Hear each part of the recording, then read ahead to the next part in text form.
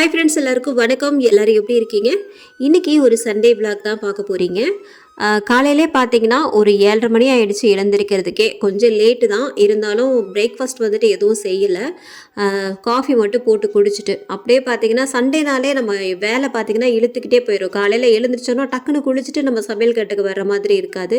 ஏதாவது ஒரு வேலை பார்த்தீங்கன்னா போய்கிட்டே இருக்கும். அதனாலே பார்த்தீங்கன்னா கொஞ்சம் லேட்டானதுனால என்ன பண்ணிட்டேன், காஃபியோடு முடிச்சாச்சு. நேராக டைரெக்டாக வந்துட்டு சிக்கன் வாங்கிட்டு வந்தாங்க. அதை வந்து சமைக்கலாம் அப்படின்னு சொல்லிட்டு முடிவு பண்ணியாச்சு. காலையில் யாருமே பார்த்தீங்கன்னா பிரேக்ஃபாஸ்ட் எதுவுமே சாப்பிடல. இன்றைக்கி வந்து பார்த்தீங்கன்னா சிக்கன் குழம்பு தான் பண்ணி காமிக்க போகிறேன். இது வந்து எப்படி பண்ணுறது அப்படின்றத பார்த்துடலாம். அதுக்கு வந்து பார்த்தீங்கன்னா நல்லா ஹெவியான ஒரு பாத்திரம் வந்துட்டு எடுத்துக்கலாம். நல்லா அடிகனமான பாத்திரம் எடுத்துக்கிட்டு இதில் தேவையான அளவுக்கு நல்லெண்ணெய் வந்துட்டு சேர்த்துக்கலாம். நான் வந்து ஒரு 3 டேபிள் ஸ்பூன் நல்லெண்ணெய் சேர்த்துக்கிறேன். அப்புறம் ஹோல் கரம் மசாலாலாம் சேர்த்துக்கலாம். இதுக்கு வந்து ஒரு சின்ன துண்டு பட்டை, ஒரு 5-6 கிராம்பு, 2 ஏலக்காய் வந்துட்டு சேர்த்துப்போம். இது கூட வந்துட்டு ஒரு 3 பெரிய வெங்காயம் நல்லா நீல வாக்கில் கட் பண்ணி வச்சது, இதையும் சேர்த்துட்டு நல்லா மிக்ஸ் பண்ணி விட்டுக்கலாம். இது கூடவே ஒரு 1/2 டீஸ்பூன் இஞ்சி பூண்டு விழுது, 2 பச்சை மிளகாய் கீரி சேர்த்துக்கோங்க. ஒரு கொத்து கருவேப்பிலை சேர்த்துட்டு நல்லா மிக்ஸ் பண்ணி விட்டுடலாம். இப்போ வெங்காயம் வந்து நம்ம கொஞ்சம் நேரம் வதங்கினதுக்கப்புறமா ஒரு 3 மீடியம் சைஸ் தக்காளி வந்துட்டு சேர்த்துக்கலாம். சேர்த்துட்டு தக்காளி வதங்கிறதுக்கு நம்ம கொஞ்சமாக உப்பு சேர்த்துட்டு நல்லா வந்துட்டு மிக்ஸ் பண்ணிக்கலாம். இந்த சிக்கன் குழம்போட சேர்த்து கொஞ்சம் ரசமும் வச்சுக்கலாம். ஏன்னா எப்போவுமே நான்வெஜ் பண்ணால் நம்ம வீட்டில் பார்த்தீங்கன்னா எப்போவுமே ரசம் வந்துட்டு இருக்கும். ஃபைனலாக வந்துட்டு இந்த ரசம் குடித்தாதான் அந்த ஃபுல் மீல் சாப்பிட்ட மாதிரி ஒரு திருப்தி கிடைக்கும். இந்த ரசத்துக்கு வந்துட்டு நம்ம ஃபஸ்ட்டு புளி ஊற வச்சுக்கலாம். அதுக்கு வந்து பார்த்தீங்கன்னா சுடு தண்ணியில் தான் நான் எப்போவுமே புளி வந்துட்டு ஊற வைப்பேன். ஏன்னா சுடு தண்ணியில் ஊற வச்சா சீக்கிரமாக வந்துட்டு நமக்கு கரைஞ்சி வரும். அதனால் இப்போ தக்காளிலாம் நல்லா ஃபைனாக வதங்கினதுக்கு அப்புறமா நம்ம வந்து சிக்கனை வந்துட்டு உள்ளே சேர்த்துக்கலாம். நான் வந்து 1 கிலோ சிக்கன் எடுத்துருக்கேன். இப்போ இதை உள்ளே சேர்த்துட்டு நல்லா மிக்ஸ் பண்ணி விட்டுட்டு இந்த மாதிரி மூடி போட்டு வச்சுருங்க. அதுக்கப்புறம் பார்த்தீங்கன்னா நம்ம தண்ணி எதுவும் சேர்க்காமலே பார்த்தீங்கன்னா சிக்கனில் வந்துட்டு இவ்வளோ தண்ணி விட்டுருக்கு. இப்போ இதை நல்லா மிக்ஸ் பண்ணிவிட்டு நம்ம வீட்டிலேயே அரைச்ச குழம்பு தூள் வந்துட்டு சேர்த்துக்கலாம். இது வந்து ஒரு 3 டேபிள் ஸ்பூன் சேர்த்துக்கிறேன். ஏன்னா நைட்டுக்கும் சேர்த்து தான் நான் குழம்பு வந்துட்டு வைக்கிறேன். அதனால் வந்து நல்ல ஒரு ஸ்பைஸியாக இருக்கும் இல்லையா, அதனால தான் எங்கள் வீட்டில் வந்துட்டு எப்போவுமே காரம் வந்துட்டு நல்லாவே சாப்பிடுவாங்க. அதனால் இப்போ பார்த்தீங்கன்னா நல்லா மிக்ஸ் பண்ணிவிட்டு நம்ம வந்து தேவையான அளவுக்கு தண்ணி சேர்த்துக்கலாம். கொஞ்சம் தாராளமே தண்ணி சேர்த்துக்கலாம். ஏன்னா சிக்கன் குழம்பு வச்சுட்டு நம்ம வந்து தேங்காய் பேஸ்ட்டு சேர்க்க போகிறோம் இல்லையா, அது வந்து கொஞ்சம் கெட்டித்தன்மை ஏற்படும். அதனால் வந்துட்டு கொஞ்சம் தாராளமாகவே தண்ணி சேர்த்துட்டு இதை வந்து மூடி போட்டு வச்சுக்கலாம். சிக்கன் பார்த்தீங்கன்னா நமக்கு ஒரு 20 நிமிஷம் போல் நல்லா வெந்து வரட்டும். அதுக்குள்ளே இந்த கொத்தமல்லி, இந்த கருவேப்பிலையெல்லாம் வாங்கிட்டு வந்துருந்தாங்க. இதை அப்படியே வந்துட்டு விட்டுட்டோம் அப்படின்னா அவ்வளோதான். ஈவினிங் வரைக்கும் ஆயிடுச்சு அப்படின்னா அதை அப்படியே விட்டுருவோம். இந்த வேலையோடு இருக்கும்போதே அதையும் வந்துட்டு க்ளீன் பண்ணி வச்சிடலாமே சொல்லிட்டு தான் பாக்ஸ் உள்ளார எடுத்து வச்சுட்டு இருந்தேன். நெக்ஸ்ட் வந்து பார்த்தீங்கன்னா நமக்கு வந்துட்டு இந்த ரசத்துக்கு வந்து எப்போவுமே வந்துட்டு இந்த மிளகு ஜீரகம்லாம் நல்லா அரைச்சி தான் சேர்ப்பேன் நான்.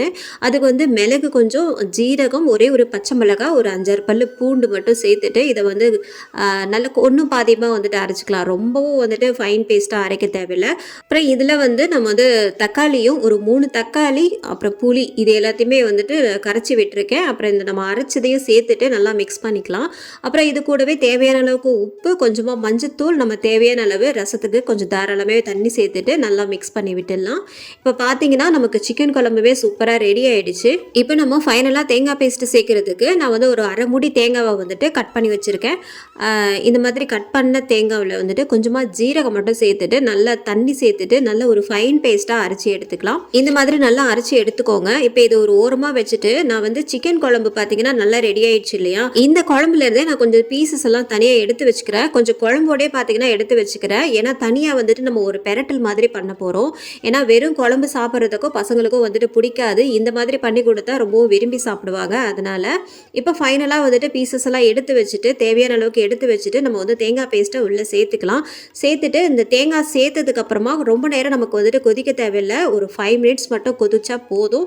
அவ்வளோதான். இப்போ நமக்கு வந்துட்டு சிக்கன் குழம்பு சூப்பராக ரெடி ஆகிடுச்சு. இப்போ திறந்து பார்த்துடலாம். ஃபைனலாக கொஞ்சம் நறுக்கின கொத்தமல்லி மட்டும் சேர்த்து இறக்கிடுங்க. நமக்கு குழம்பு என்னவோ கொஞ்சம் தண்ணியாக இருக்கிற மாதிரி தான் இருக்கும். கொஞ்சம் ஆறுனதுக்கப்புறம் பார்த்தீங்கன்னா சூப்பராகவே கெட்டியாகிடும்.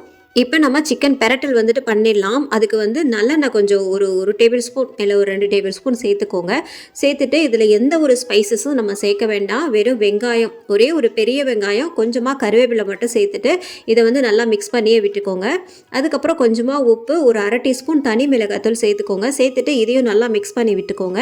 அவ்வளோதான். நம்ம இப்போ வந்துட்டு இந்த சிக்கன் பீசஸ்லாம் எடுத்து வச்சோம் இல்லையா, அது எல்லாத்தையும் சேர்த்துடலாம். சேர்த்துட்டு இந்த தண்ணியெலாம் நல்லா ட்ரை ஆகிற வரைக்கும் நம்ம வந்துட்டு அப்படியே வதக்கிக்கிட்டே வரணும். சைட்லேயே நம்ம வந்துட்டு ரசத்தையும் தாளித்து விட்டுடலாம். அதுக்கு வந்து எண்ணெய், காஞ்ச மிளகாய், கடுகு, கொஞ்சமாக பெருங்காயத்தூள் மட்டும் சேர்த்துட்டு நம்ம ரசத்தை வந்துட்டு இதில் சேர்த்துடலாம். இந்த பக்கம் ரசம் வந்துட்டு கொதிச்சிட்டு இருக்கட்டும். கொஞ்சம் குழம்பு எடுத்து நான் வந்துட்டு இதில் சேர்த்துக்கிறேன். அப்போ தான் டேஸ்ட் வந்துட்டு கொஞ்சம் சூப்பராகவே இருக்கும். மீடியம் ஃப்ளேம்லேயே வச்சு பண்ணுங்கள், இல்லைன்னா பார்த்தீங்கன்னா அடி பிடிச்சிரும். நான் வந்துட்டு டைம் ஆனதுனால என்ன பண்ணிட்டேன், கொஞ்சம் ஹையாக வச்சுட்டேன். அது பார்த்தீங்கன்னா அடி பிடிச்சிருச்சு. கொஞ்சம் மீடியம் ஃப்ளேம்லேயே வச்சிங்கன்னா வந்துட்டு கரெக்டாக வரும். கடைசியாக இந்த கோழி பெரட்டலுக்கு என்ன பண்ணணும்னா, நம்ம மிளகு வந்துட்டு ஃப்ரெஷ்ஷாக தட்டி சேர்க்கணும். தட்டி சேர்த்திங்க அப்படின்னாலே அது ஒரு தனி டேஸ்ட்டு தான். சேர்த்துட்டு அதுக்கப்புறம் நல்லா மிக்ஸ் பண்ணி விட்டுட்டோம் அப்படின்னா கோழி பெரட்டல் வந்துட்டு சூப்பராக ரெடி ஆகிடுச்சு. இது வந்து என்னோடய ஸ்டைலில் பண்ணேன். நீங்கள் ட்ரை பண்ணி பார்க்கணுன்னாலும் ட்ரை பண்ணி பாருங்கள், ரொம்பவுமே சூப்பராகவே இருக்கும். அவ்வளோதான், நம்ம வந்து லஞ்செலாம் வந்துட்டு சூப்பராக ரெடி ஆகிடுச்சு. இப்போ சிக்கன்லாம் வாங்கி நம்ம 1க்கு 2 டிஷ்ஷாகவே வந்துட்டு பண்ணியாச்சு. பசங்க வந்துட்டு எப்படா அப்படின்னு வெயிட் பண்ணிகிட்டே இருந்தாங்க, எனக்கு எப்படா சாப்பாடு போடுவீங்கன்னுட்டு.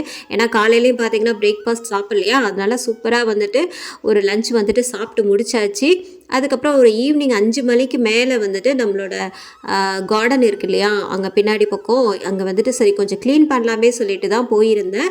அங்கே பார்த்தீங்கன்னா ஃபுல்லாக லெமன் எல்லாமே கீழே விழுந்து போய் கிடந்தது. சரி அது எல்லாத்தையும் ஃபஸ்ட்டு எடுத்து வச்சிடலாமே சொல்லிட்டு தான் எடுத்து வச்சுட்டு இருந்தேன். அப்புறம் இந்த மல்லிகைப்பூலாம் பார்த்தீங்கன்னா அங்கங்கே வந்துட்டு ஒரு பூ வந்துட்டு பூத்துருந்தது. சரி அதையும் வந்துட்டு பறிச்சாச்சு.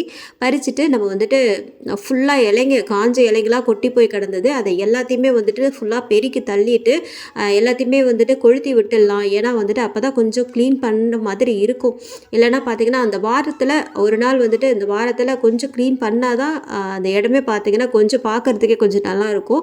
அதனால தான் பார்த்தீங்கன்னா ஃபுல்லாக வந்துட்டு க்ளீன் பண்ணியாச்சு. என்னால் முடிஞ்ச வரைக்கும் வந்துட்டு க்ளீன் பண்ணிட்டேன். இந்த கருவேப்பிலை பார்த்தீங்கன்னா ரொம்பவும் காஞ்சி போய் இலையெல்லாம் ஒரு மாதிரியாக ஒயிட் கலரில் வெள்ளை வெள்ளையாக இருந்தது. அதை பார்த்தீங்கன்னா ஹஸ்பண்ட் வந்துட்டு ஃபுல்லாக வந்துட்டு வெட்டி விட்டாங்க. அந்த இடமே பார்த்தீங்கன்னா கருவேப்பிலையே இல்லாத மாதிரி இருந்துச்சு. அதுக்கப்புறம் பார்த்தீங்கன்னா சூப்பராக வந்துட்டு ஒரு 10 நாள் தான் அவ்வளோ ஃப்ரெஷ்ஷாக வந்துட்டு வளர்ந்துருந்துச்சு. அது பக்கத்தில் போனாலே கருவேப்பிலை ஸ்மெல்லு வந்துட்டு அப்படியே தூக்குது, ரொம்பவும் மனமாக இருந்தது. அவ்வளோதான், நம்மளோட வந்துட்டு லெமன் எல்லாத்தையுமே எடுத்தாச்சு. இப்போ வந்துட்டு எல்லாத்தையுமே பெருக்கி விட்டுடலாம். என்னால் ஓரளவுக்கு முடிஞ்ச அளவுக்கு பெருக்கி விட்டுட்டேன். ஆனால் வந்து இந்த புல்லெல்லாம் பார்த்தீங்கன்னா எதுவும் வந்துட்டு நம்மளுக்கு அந்த இதெல்லாம் பண்ணலை. ஏன்னா ரொம்பவும் டைம் ஆகிடுச்சு, 5:30 ஆகிடுச்சு நான் க்ளீன் ஸ்டார்ட் பண்ணப்பவே. இங்கே வந்து க்ளீன் பண்ணுறவங்க வந்துட்டு வருவாங்க. அது எப்போ வருவாங்க அப்படின்னா ஒரு மாதத்துக்கு முன்னாடி ஹஸ்பண்ட் வந்துட்டு கூட்டிகிட்டு வந்திருந்தாங்க, ஒரு பெரியவரை கூட்டிகிட்டு வந்திருந்தாங்க. அவங்க எல்லாமே புல்லெல்லாம் க்ளீன் பண்ணிட்டு தான் போனாங்க. இப்போ ஒரு மாதத்துக்கிட்ட ஆயிடுச்சு. அதனால் கொஞ்சம் இடையிலே பார்த்தீங்கன்னா மழை பெஞ்சது இல்லையா, அதில் வளர்ந்த புல் தான் இது எல்லாமே. சரி அங்கங்கே வந்துட்டு நிறையாலாம் இல்லை. சரி அதனால் பார்த்தீங்கன்னா அதை அப்படியே விட்டாச்சு. அவ்வளோதான், ஃபைனலாக பார்த்தீங்கன்னா பெருக்கி தள்ளிட்டு இந்த காஞ்ச இலை பார்த்தீங்கன்னா அந்த வெயிலுக்கும் அதுக்கும் ஒரே ஒரு குச்சியிலே பார்த்தீங்கன்னா சூப்பராக வந்துட்டு எரிய ஆரம்பிச்சிருச்சு.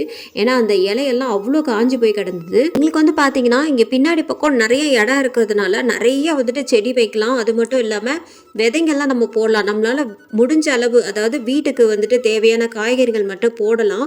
பின்னாடி பார்த்தீங்கன்னா இந்த கத்திரிக்காய், வெண்டைக்காய், பீக்கங்காய் இந்த மாதிரி ஏதாவது போடலாம்.